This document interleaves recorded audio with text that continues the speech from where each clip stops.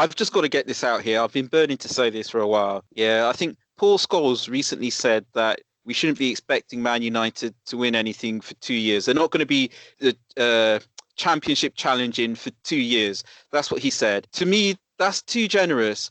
I'm sorry. If you're a Man United fan who will listen to this, then I am sorry. But it's not for Alex Ferguson United anymore. It's Man United. That's what it is. Yeah. And you have to get used to mediocrity. Okay. Listen, that's how it is. The mediocrity, okay? How long does mediocrity last for? Ask Liverpool fans. How long was your mediocre period? Tell me. It's a good 25, 30 years. That's how long it's going to take for you to challenge, all right? Yeah. Mic drop.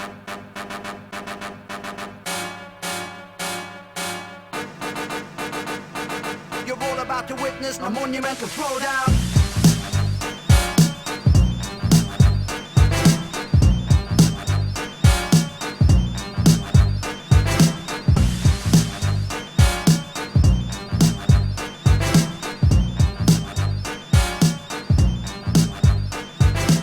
I can't really disagree with you. I know a lot of United fans that's going to be a really big dagger in their heart. But, you know, what can you do? What can you do? You know? I didn't ask it to do. Hello, everybody. This is James Mercer, or Kajo Mercer, I should be saying probably. Believe it or not, I am black, despite the way that I talk. I wasn't there for episode 1, but I'm back now after a holiday in Ghana. So welcome to FPL Bros episode 2. We are recording just at the end of game week 4. So the last match was just played. That was Arsenal v Spurs, a 2-2 draw. And we just want to get right into it. Guys, how are you? Yeah. All good. Yeah, I'm not bad at all. I mean, just going off what you said, that draw was a amazing game. What a thriller it was. Yeah, I saw bits of it myself. I expected more goals, you know. I did. To be fair, North London derby, in the last couple of games played, there hasn't been loads of goals. So I didn't expect as many goals as we got. I thought it would be a 2-1 or 1-1. I didn't expect a 2-2, to be fair. Yeah, but that Arsenal defence, though, they just look like a seeding every single week. The thing is, what I would say is that it's going to take a while for them to gel together. I think they can go through a string of games where they actually do get a few clean sheets, but they're a new setup. So I will give them that benefit of the doubt. Yeah, man. I don't know, with that David Luiz in there, you're asking a lot. David Luiz has had some good games defensively, like in his career in the past. It's true. It's true. But he got an assist as well. So you got an assist today? Yeah, he gave Aubameyang the ball for him to finish the equaliser. It was a great cross as well. You know what? Yeah, it sound a bit embarrassing. Oh, I missed that. Oh, gosh. Okay, just seeing as this is a show which is ostensibly about FPL, we might as well talk about how well we did. I'm going to start because I did the worst of all. You may have seen, guys, in the leagues that I'm in, that I only managed 52 points. And I simply put that down to the fact that I captained Sterling instead of Kevin De Bruyne. So that's my excuse. Same. I brought in De Bruyne this week and I did contemplate captaining him, but I thought Sterling is the majority option, so I'm just going to go with that. Safer. Exactly. Yeah. I had a very, very bad start, so I haven't even checked my team. I only found out because Kojo told me just before the call, and I'm very impressed that I got a 65 points. So my captain, my captain's Aubameyang, and Aubameyang managed to score today. I also got Mane in my team. I also got McNeil played all right, but So most of my points came from Alexander-Arnold, Mane, and Aubameyang. See, and Abraham. I just put Tammy Abraham in my team, and I got Callum Wilson too. Oh my gosh! Yes, see, this is what I'm talking about. I don't understand why people have been doubting Callum Wilson. Okay, the guy's a goal scorer. He does it every season. Tammy Abraham, we might as well get onto this right now, even though I know he's like bottom of the list of the agenda. But he's been doing it for a while now. I think he got loaned out to Bristol City a couple of seasons ago. He scored a whole load of goals. Then he came back and they loaned him to Swansea and he did okay. He didn't score many goals, but he scored a few. You could tell he was a goal scorer. And then when he went to Aston Villa last season, he did it again, smashed it out of the box, loads of goals, right? And now Lampard's starting him up front, although I've heard there's some talk that he still is undecided between him and Giroud, but I like to think that the decision's been made now. What do you guys think? I think it's been made. I think it's been made because I'm not joking. Tammy is on fire. Yeah. A brace last week, brace this week. Giroud can't do that, and Tammy offers much more than Giroud does. Tammy can do what Giroud can do, which is hold up the play and give the defenders a hard time at the back. But you can do and do more by like running off the defenders. He's got agility. He's got speed. He's got power. Giroud doesn't stand a chance compared to Tammy. And if you really think about it, Tammy Abraham is 21. So yeah, that's true. He's only going to get better. Yeah, 100%. That's true. So that's what we want from our FPL forwards, yeah? We saw very well Giroud holding up the ball, bringing people into play, etc., etc., etc. But we want the goals. That's what you pay your money for, the goals, the points. That's what they're going to be bringing. So Tammy Abraham, if you can fit him into your team, I don't know what Chelsea's run is looking like at the moment. I do think have they got Man City at some point? Chelsea I think they've got, if I'm not mistaken, they've got 2 difficult fixtures, including Liverpool. I see. Then they've got a good run. So I'd probably get Tammy in, not next week, maybe 2 weeks after. Yeah. I still think he'll score against Wolves. I think he'll score against Wolves. That's their next fixture. I think he can score in that game. No, I do. After Wolves, they have Liverpool. Oh, okay. Take him out. Take him out before. Yeah, but it is Liverpool at Stamford Bridge, though. Yeah, I don't think that really matters. You don't want to hear it. You don't want to hear it. Okay, fine. But some people, they can score against anyone. And what I like about Tammy Abraham, I'm just going to say this one thing, is that to me, he looks like a goal scorer, yeah? Like some people, they shoot and they're scoring goals because they're up against a bad defense or a goalkeeper makes a mistake or whatever. But like, say, for example, Tammy's second goal against Norwich, and I think he scored that from outside of the box. Like, he just did 2 defenders and then he slotted it in the opposite direction. So Tim Krul he delayed his dive because he didn't even know where it was going to go. Like, to me, that's a natural. That's somebody who knows where the goal is, and they don't care who they're playing. They're going to get it on target. And, like, more often than not, it will go in. But maybe that's just me. Yeah. The thing is, I think, okay, I would liken him to... who else is a natural goal scorer right now? There's a couple natural goal scorers that are in there. I like him to, in terms of old school people. Yeah. Actually, I don't know. He's a bit unique, isn't it? I don't know, because he has like other people's. He has different skills. He has like different people's skills. There hasn't really been many strikers that are actually like him. I would like to think. So I substituted him on for Moise Kean. I think they're around about the same price. Obviously, I think so. For Tammy Abraham after he just got 2 goals, but Keane got an assist this week as well. So whoever got Keane got a bit of points too. Did he? He got an assist. Yeah. Okay. Yeah, he did. So, but the thing is, like, even then, I think Keane is going to go from strength to strength. Once he starts scoring, you will see a really big likelihood between him and Tammy Abraham. I have high hopes of Keane as well. Yeah. Like, let's see. See, he's cheaper than Tammy. Tammy's price is going to go up now, like, because he's been banging in the goals. Sorry, how much is Moise Keane? Moise Keane is 6.8 mil. Yeah. Tammy is let me have a look here. Abraham. He's at 7.2 already. By the time, by the time the international break's over, I bet you he'd be like at 7.4. Yeah, so if you don't have quite enough money for him, Keane, I'd say is definitely someone to keep an eye on. He's cheaper, and I always like to think that people who play in Italy, it's a defensive tactical league. So if you can score goals in Italy, you should be able to score goals in most other leagues. I mean, that doesn't always work out like that, but Keane's got something about him. Like, I'd like to think that he'd be able to manage that. So for 6.8 million, provided he holds down a starting place and Sigurdsson starts firing them in, Richarlison starts firing, Sigurdsson starts firing. Pardon? But yeah, I agree with what you said. Because I don't know, they gave Calvert-Lewin the number 9 shirt, so that kind of indicates to me that Silva still thinks he might start a lot of games with Calvert-Lewin, you know. Yeah, he will. Keane came off for Calvert-Lewin early in the game today, Mm. so it will be a toss-up between the two of them. But the thing is, like, he also started Iwobi. Yeah.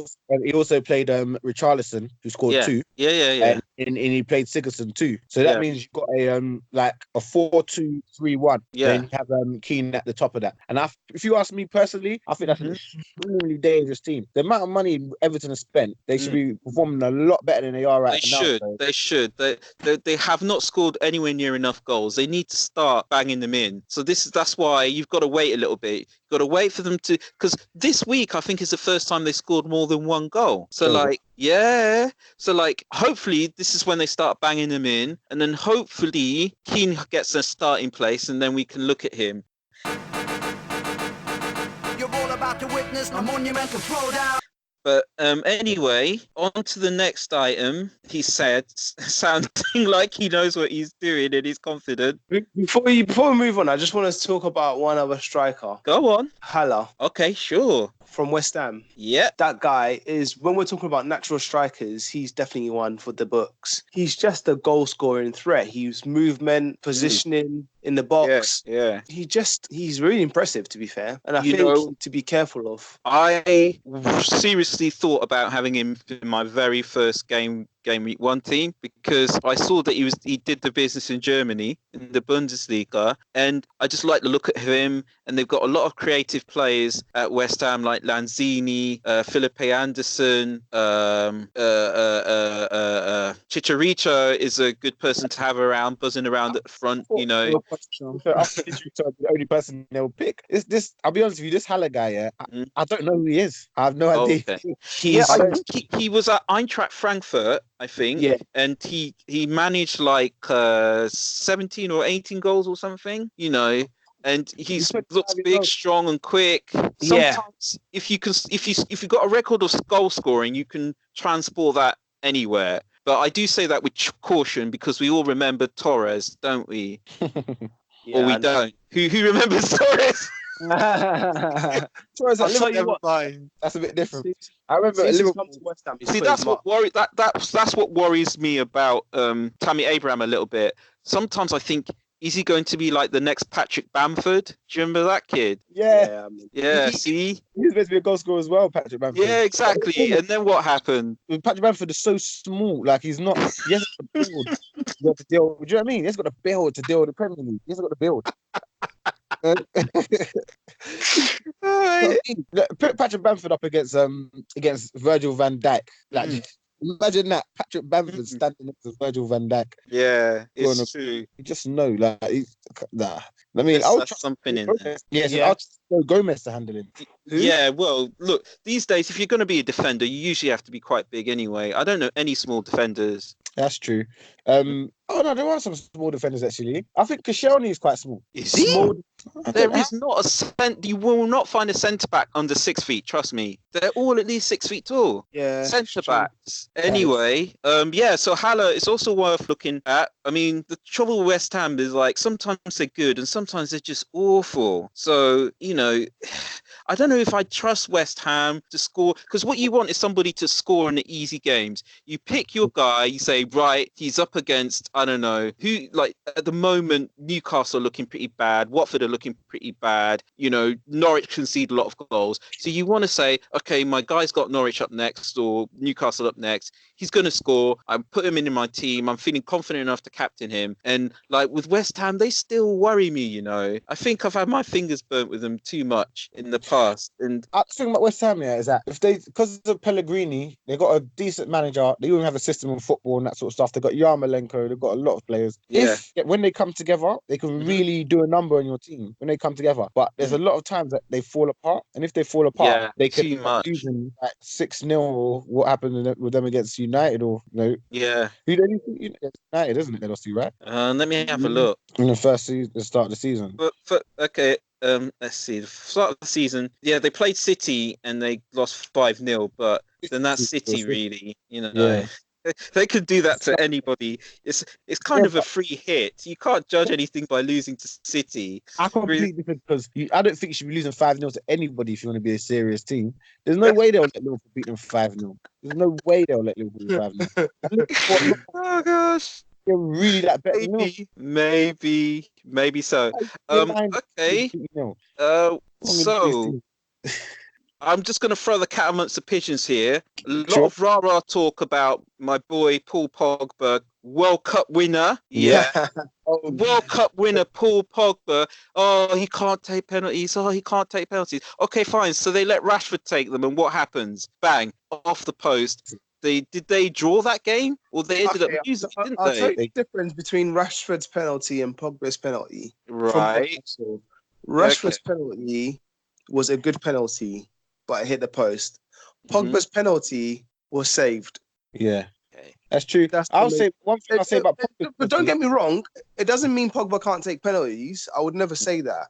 But that penalty in particular that Pogba took was not a good penalty. Yeah. However, Rashford's one was just unlucky. It was a brilliant penalty, and the keeper would never saved him. He didn't have a chance. It just hit the post. Could have gone in if it had been a little bit. It could have hit the post and gone in, but it hit the post and came out. So that was unlucky. I'll give you that. The statistics don't tell you everything. You're right. There's a lot of context that you get from actually watching somebody perform, and you're right. It was a good penalty. Although I thought that Pogba's penalty was all right as well. It's just that the keeper guessed the right way, or was it really that bad? Even if keepers gets the right way, they shouldn't be able to save it. I.e., my boy Mo. Okay. Hey, we're gonna get to him later. Listen. Yeah, he has missed his fair share of penalties in the past. He has. Well, yeah, he has. We're going to get into Mo later. Hold that for. There's something I want to talk about with Mo Salah after this. But before that, I was going to say, I watched that Man United game actually, and Pogba, he played like he didn't completely run the game like he can do, but there were moments in the game where you can see that he's just a level above every United player and every player on the other team. Like the guy is actually amazing. There was one time he did a turn. He was stuck in a situation and he did a turn. We absolutely killed two defenders and he slotted a free ball straight away to Rashford. And what do you expect? He just kicks it right into the defender. I think for time is lacking confidence. I think his confidence isn't there. And I think if you notice when Pogba was taking penalties and scoring them, he used to do that run up where he's doing all those steps and he just felt I remember that. But he didn't do that this time. He was listening to all the doubters of him and see that's the thing. I think it's very clear to me that Pogba just needs to be allowed to play his game. But when you start giving him instructions, then I think that takes something away from him. Yes. Anyway, he's cost 8.6 million. So for like $1 million more, you can get Kevin De Bruyne, or 6.6 less, you can get Sigurdsson or Felipe Anderson. So I think the burning question is he somebody worth looking at here, or I don't know. I think because of his potential and what he can bring to the game in the future, and like when I say the game, I mean like Man United's games. Man United's next game is against West Ham. I honestly see Pogba doing a number on West Ham. I think he can really do. I reckon he's someone that would perform in that game. I think that if you got him in your team, I think you should stick. If you don't have him in your team, I don't think you should buy him because Man United's next game as well is against Arsenal. Yeah, no. Okay. Who else have we got on here? Talk about Dele Alli. Mo Salah and Mane. Sorry, Mo Salah and Mane. What are you talking? Sorry, I just said Dele Alli. Oh no! I was going to ask. I actually wanted to bring up Mo Salah and Mane. Okay, go on. What do you want to say? Because they argument. Mane was taken off in the game, and he stormed off, and he was very angry because Mo Salah had a chance that Mane could have scored, and Mo Salah didn't spare it to him. Yeah. So that's like a bit of trouble in paradise there. So a lot of people actually do have Salah in their team, probably have Salah as their captain, so they didn't get any points. Maybe have Mane in it. I've got Salah in my team. There you go. Mane managed to get 8 points. He would have got more if Salah squared that pass. True, very true. Do you think Salah's selfish? Well, yeah, but the best strikers are, aren't they? it's very He's true. not a striker, winger. I mean, the thing about Salah is that he wants to recreate that season when he banged in about 32 of them. And in that season, he wasn't thinking about passing to Mane ever, was he? As soon as he hit the ball, you knew it was going in the net. Yeah. Well, no, actually, Salah actually misses a lot of chances. He takes about It's 3 true, chances. he does. It's true, actually, he does. But like, he's the kind of guy he just needs to shoot all the time. Like Lampard. Oh, are we going to get into comparison here? No. I'm taking the One thing I do like about Salah is that people talk about a lot of the great strikers and goal scorers in the Premier League, but Salah is one who did not have to rely too much on penalties. A lot of these people we keep hearing about, yeah, and I'm not naming any names, but a lot of these people we keep hearing about take penalties like out of their goal scoring records, and were they really all that great? I don't think so. It's That true. kind of ruins my childhood.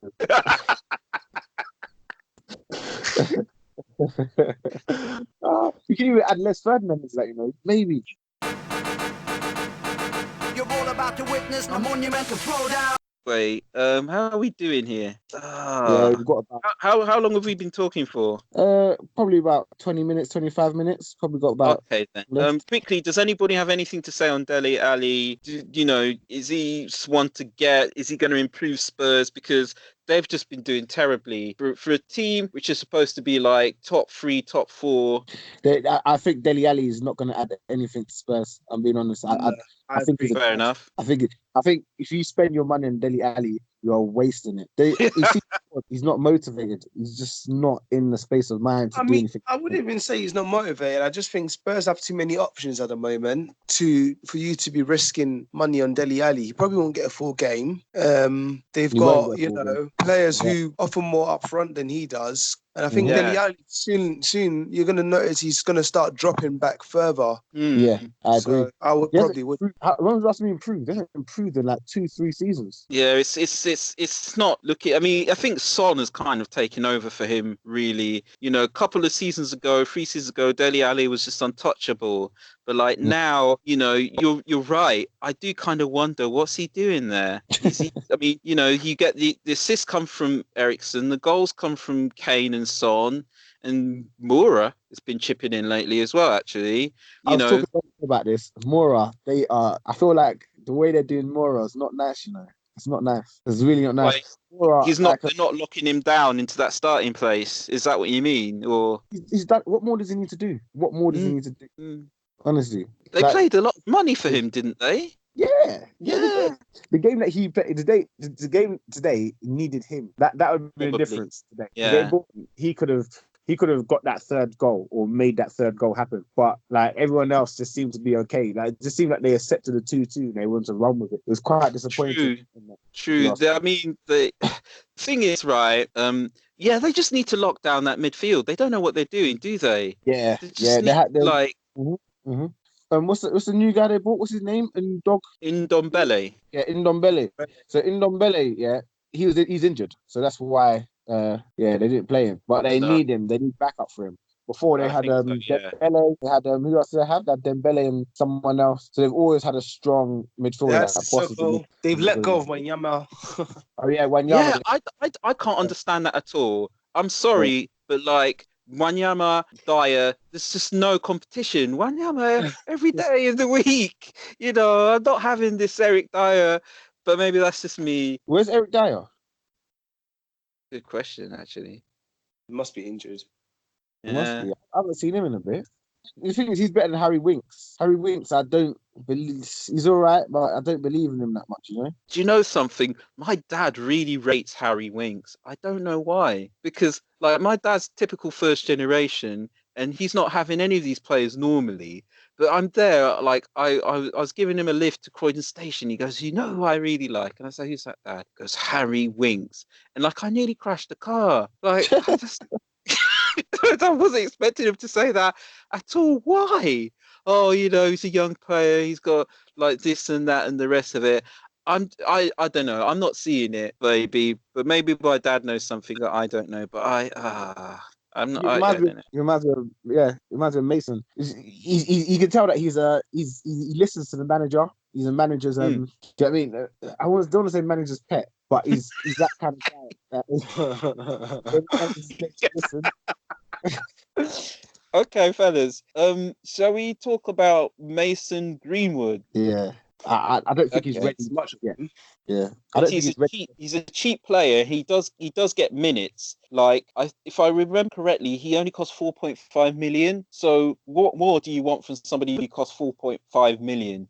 Like, because if you get him in, it means that you can afford somebody more expensive. It's true, but I think he's a good bench player. The thing is Yeah. that I think he will score this season, but I it's think he will. Yes. Guys, when it's going to happen, you don't know No, when it's going to happen next week, or no. it could be in 2 weeks or 3 weeks. Could even be in January. I'd say he's a hold though, because we don't know how long Martial's going to be out for, and if it turns out he's out for a while, then he might get a bit more game time. Yeah, that's true. That's true. But yeah, we'll see. But the thing is that Rashford. So did Rashford play 90 minutes in the last game? Good question. Let me just check. Rashford. What, the one that before he got injured? No, the game that they played yesterday. Did Rashford play 90 minutes? The game He they didn't played play at against. all. Oh, Rashford. Sorry, you mean not Martial. Apologies. Yeah, no, Rashford played 90 minutes. That was Southampton. Yeah. 1-1 draw, and Rashford played 90 minutes. Sorry, I didn't see that game, but appreciate Daniel James's goal. Oh wow, yeah. Sorry. Yes, yeah, yeah. it Daniel was James. a good goal, but It was I don't know. I have a funny feeling about that boy because when I look at him, I just think Januzaj or Federico Makeda. Do you know what I mean? Yeah. But the thing about It was a Makeda, good goal, though. It was really good. I'll give him that. it's true. Makeda, he popped up in big games, like one or two big games, and that's why he got the name. Everyone's like, okay, he can do that, but he wasn't consistent. Januzaj, he got overhyped from an early age. Yeah, Januzaj was bigged up, whereas Daniel James is the opposite. He's come on and kind of like done the opposite. So he wasn't overrated, but he's come on and shown he's got balls. But he still hasn't got the end product on most of the things that he gets. True. Most of the balls The he thing gives. is, So he's not does going to be crosses. scoring world-class goals Guy. every week, yeah. He's not going to be having the likes of Southampton and who else have Man United played recently? Crystal Palace, Wolves, giving him all that space just to bang it in from like outside of the area. So take away the world-class goals. What else is he bringing to the table? You know, he doesn't take set pieces. I don't think he assists much. So he's a caution. There's a big like exclamation mark over him for me, and he's a caution. But you know, sometimes you just got to take a gamble on these people. You know, because I mean, what the hell do I know? Full disclosure, I'm not very good at this game. Like, so why does anybody listen to me? But the thing is, okay, do you think that Daniel James is a white Theo Walcott? No, he's not. No, he's not. I rate him. He's much better than Walcott. He's much better than Walcott ever be. Good as well. I don't even think Theo Walcott's the white Theo Walcott. You know what he scored today? Yeah. Daniel James. I don't know. I honestly don't know. What I'd like to know is more about, say, what Solskjaer's long-term plans are, because apparently when he was in Norway, he liked to play three up top. He was super attacking and all the rest of it. That's great if you're a manager in Norway. But like in the Premier League, you've got to stop leaking goals. Like his Man United team leaking too many goals, for the standards that Ferguson has set incredibly high. If he wants to match that, they've got to they're supposed to have the best keeper arguably in the world in that team. And I don't think they've had one clean sheet. That means I don't know, man. I just don't need to know more about his plans. Season, clean sheets are hard to come around. Look at Liverpool. Look at City. Yeah, that's true. Actually, too many teams. No, that's what you're saying. I was saying that Man United have splashed out how much money on Maguire to try and improve their defensive. I know you're a big fan of Maguire, but I'd just like to say this one thing. To me, Maguire is a good defender, but I don't think he necessarily improves your defense. No. I don't either. I completely I agree. I never thought he was. I think he's all right, but I don't think he's a Van Dijk. I really No, don't. he's not. Although I do read that he posts good stats like winning aerial duels and interceptions. I hear that they're normally quite high for him, but and Yeah. obviously he's a goal threat as well with his feet as well as his head. But Mm. like I don't know, you're right with Van Dijk. He just seems to have an effect on everybody, and they just defend better. I have to admit, I never saw it when he was at Southampton, and I honestly thought that they paid too much for the really, guy. mate, I'll tell you what. One of the stats I saw from when Van Dijk was at Southampton. This is when I was doing fantasy football, and I tried to analyze which teams I should get defenders from and keepers. Southampton's keeper, I think it was what's his Fraser name? Forster. Yeah, he had to make the least amount of saves out of all the keepers in the Prem because Wow. no one ever managed to get shots against Southampton because the defenders were so good, Wow. so good. Really? Yeah, Honestly, I did not know that. I yeah. did not So know that. I think that answers. I don't know if it answers for Allison because I like Allison, but it answers for a lot of Adrian's clean sheets at this moment in time. Well, look, see, I'm a bit hesitant to blame Adrian because Allison was letting in goals before he got injured, you know. I mean, didn't he let in two at the Super Cup? The thing is, I'll be honest here. I don't think like what I'll say about Adrian here is I don't think he's a bad keeper. I knew before we even signed him, before Liverpool even signed him, that he's a great shot stopper. But Yeah. it's about doing that. It's about being able to control the ball, about being able to distribute it in the right way. It's about being able to like a modern keeper is a lot more than just being a shot stopper. You know, so A lot that's of the why time. we'll have a lot of issues with Adrian being in goal. Okay, but I mean, what was the game where he kicked it against the striker? Was it? that was against Southampton Yeah, it against was Danny Ings. Danny Ings, yeah. Yeah. Okay, that was bad, and there's a good chance that Allison would not have done that. But you know, even though Alisson's there's done been a few hairy. it Well, before. no, I was about to say he's had his moments before. So fair enough in that respect. Yes, Adrian, you could say maybe he's not all that great, but you're asking a lot of goalkeepers like to do that kind of thing. You're all about to witness a monumental throwdown. But anyway, I think we've managed to say everything productive that we're going to say. Yeah. It's been a pleasure, you guys. Glad to finally get back on the pod. Yeah, that was great. Yeah, I hope everybody's been listening, enjoying this, just enjoying us. Well, basically, just kind of pontificating, putting the world to right, you know, and trying to point out the things that other people might necessarily not see for whatever reason. Before we go, I want to ask you guys. Actually, I want to ask you guys a question. The last thing. Who do you think are the picks for added to the team this week on fantasy football? Can I Oh, just okay. can I just say something before you continue with that? Sure. Keep into consideration that we've got international break coming up. So the next game week is week commencing the 14th. So That's right. Got a little while. That's yes, right. got a little break. So take that into consideration of those who might be playing during international break. People who are injury magnet. Oh, yeah. People who might be tired. That's right. Yeah. Take that into account.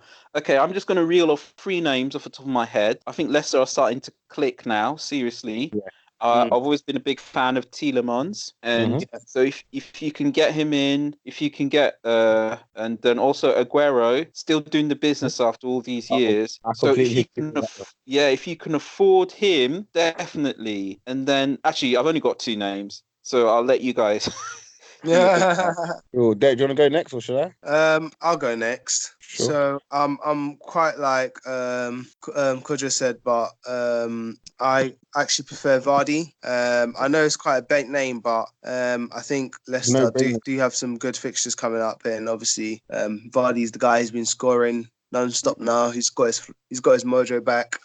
Yeah. Tielemans is a good shout. However, he's got some competition in the midfield as well, with Madison also stepping up his game. Madison, Madison, definitely. Perez hasn't yet got into the kick of things, but I think his time is going to soon come. Second name, I would say, is a bit of a hidden one, but it's worth considering some of the cheaper Liverpool defenders, such as Matip.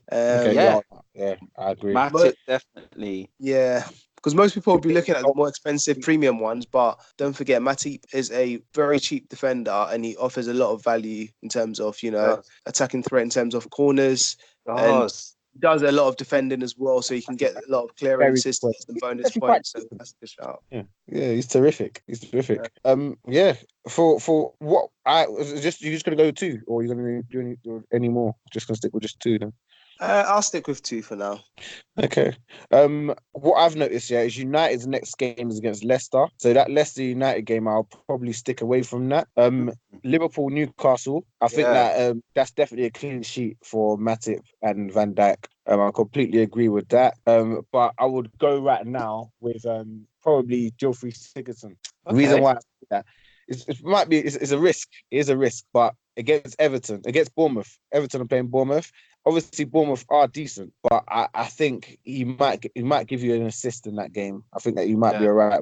And I'm also going to go with Aubameyang because he's just a no-brainer. Like I feel like definitely. if you got Aubameyang and Aguero in your team, you're likely to get goals. You're likely to be up there with the top. So if you could find a way to get both of them in your team, I would do it. Yep. See, that's the thing. Aubameyang, he brings it. He really does. He's got the record, and I think the thing about Aubameyang is he's quite efficient because in today's game he was quiet for a long time, but then he popped up with the goal. He doesn't need to shoot all the time. That's with Aubameyang. You just give him the one shot, he does it. Like anyway, if you don't know, now you know. Aubameyang. All right, then, guys, we'll wrap it up there. Thank you very much for taking the time to do the pod. Appreciate it. We'll, be back soon. And thank you very much for listening. And that's goodbye. Goodbye. Bye.